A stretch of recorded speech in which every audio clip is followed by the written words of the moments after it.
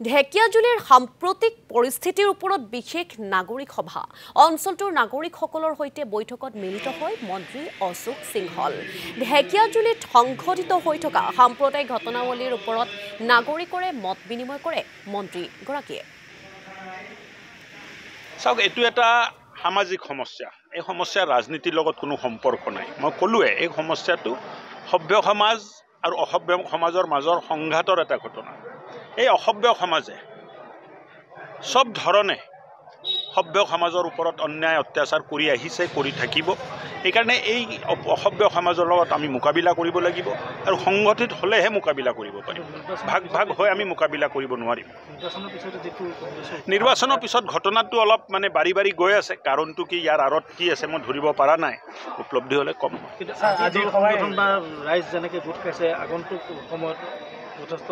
নহয়, এতিয়া এই গাঁৱে গাঁৱে সজাগতা সভা চলিব। এইটো এৰি দিয়াত নাই। অসভ্য সমাজৰ লগত আমাৰ যুঁজ চলি থাকিব যেতিয়ালৈ অসভ্য সমাজ অসভ্য কাম কৰাবোৰ বন্ধ নকৰে। নাই, নিৰাপত্তাটো চবতে আছে। নিৰাপত্তা নাই বুলি নহয়। নিৰাপত্তা নাথাকিলেতো মই আপোনাৰ লগত ইয়াত থিয় হৈ কথাই পাতিব নোৱাৰিম।